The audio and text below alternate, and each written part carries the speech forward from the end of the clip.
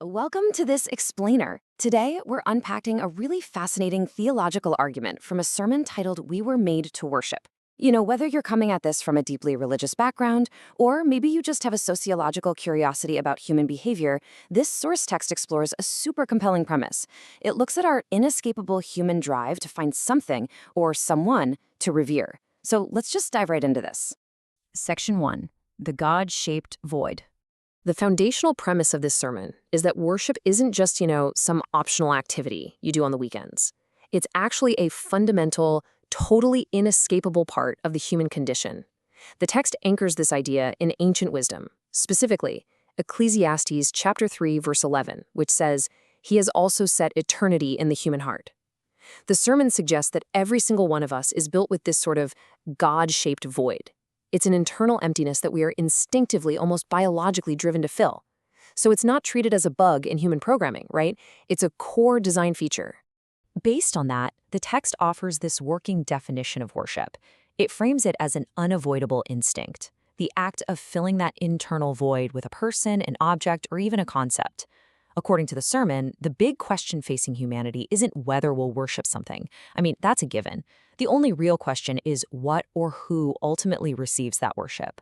And well, this is where the conflict comes in. The source points out that humans frequently misplace this really powerful instinct.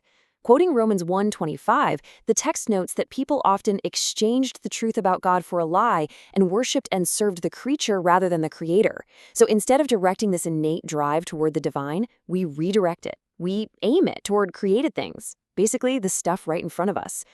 Which brings us to section 2, idols, then and now. This misplaced worship, that's exactly what the text defines as idolatry.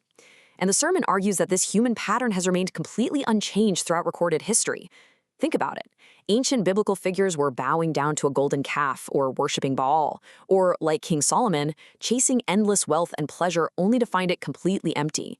The source material draws a direct, unbroken line from those ancient obsessions right to our modern ones. Our phones, our careers, celebrity culture. It's the exact same dynamic. The sermon gets incredibly specific here, basically listing today's cravings as the new faces of these ancient gods. We're talking about that phone we reach for before our eyes are even fully open in the morning, or a romantic relationship that we just allow to completely dictate our self-worth. It could be a career we end up sacrificing our health and our families for, a substance we instantly return to the second life gets a little heavy, or even a celebrity's totally curated lifestyle that we envy more than we actually live our own lives. And this brilliantly illustrates the core thesis for this part of the sermon. Different idols, same old hunger. The text makes the case that while the names and faces of the gods have changed over the millennia, we've moved from statues of solid gold to screens of glass, that underlying human hunger, that desperate need to fill the void remains absolutely identical. Moving on to section 3, the weight of worship. So, what actually happens when we take our ultimate trust and place it in these modern obsessions? The sermon answers that by pointing to a pretty chilling cause and effect principle found in Psalm 115, verse 8. Speaking about idols, it says, "Those who make them will be like them, and so will all who trust in them." The terrifying warning here is that we literally become what we worship. The text lays out this progression super clearly in 3 steps. Step 1, you build an altar, meaning you elevate a created thing to the status of an idol. Step 2, you put your ultimate trust in that idol for your happiness and security. In step 3, you take on its traits. The sermon explains it like this. An idol that can't love us back leaves us unable to love. An idol that can't forgive leaves us bitter. And an idol that can't satisfy, well, that just leaves us endlessly exhausted, always chasing that next high. Because of this progression, the sermon diagnoses our modern culture with a really harsh reality check.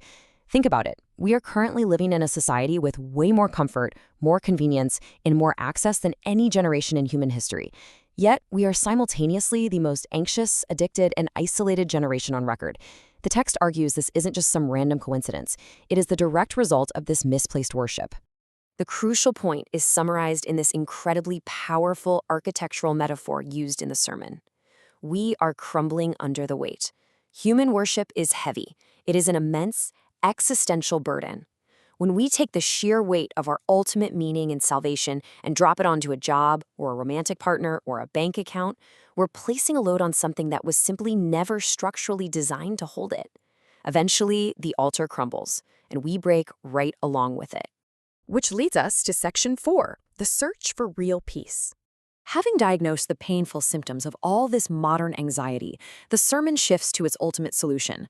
But first, it rules out the usual suspects. It firmly declares that salvation and true peace just cannot be found in financial wealth. Money is a useful tool, sure, but as an object of worship, it's just going to leave you absolutely terrified of losing it. It also cannot be found in another human being. A romantic partnership is a beautiful thing, but asking a flawed person to provide you with ultimate cosmic fulfillment, that's going to eventually crush both them and the relationship. It can't be found in a career either. Climbing the corporate ladder might bring some temporary prestige, but titles fade, companies downsize, and let's be honest, a resume cannot comfort you in the darkest hours of your life. And it certainly cannot be found in numbing ourselves with substances.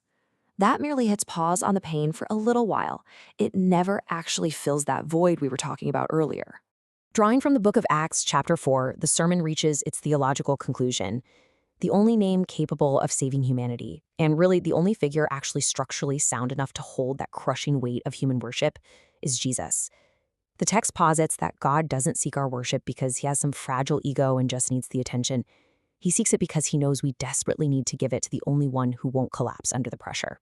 And this brings us to the promise of peace.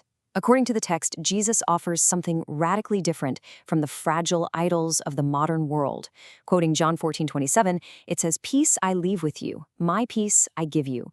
I do not give to you as the world gives." The sermon argues that the peace we've all been frantically chasing in our phones, our jobs, our relationships, was always meant to be found right here.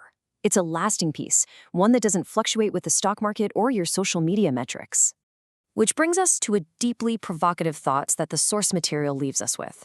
Knowing that every other altar we construct is eventually destined to crumble, the text forces us to look inward and ask ourselves, what altar are you building right now, today? And honestly, can it actually hold the massive weight of your worship? It's a pretty fascinating lens through which to view our daily habits and anxieties, don't you think? Well, thank you so much for joining me for this explainer. I really hope it gave you some compelling food for thought. Keep learning, and I'll see you next time.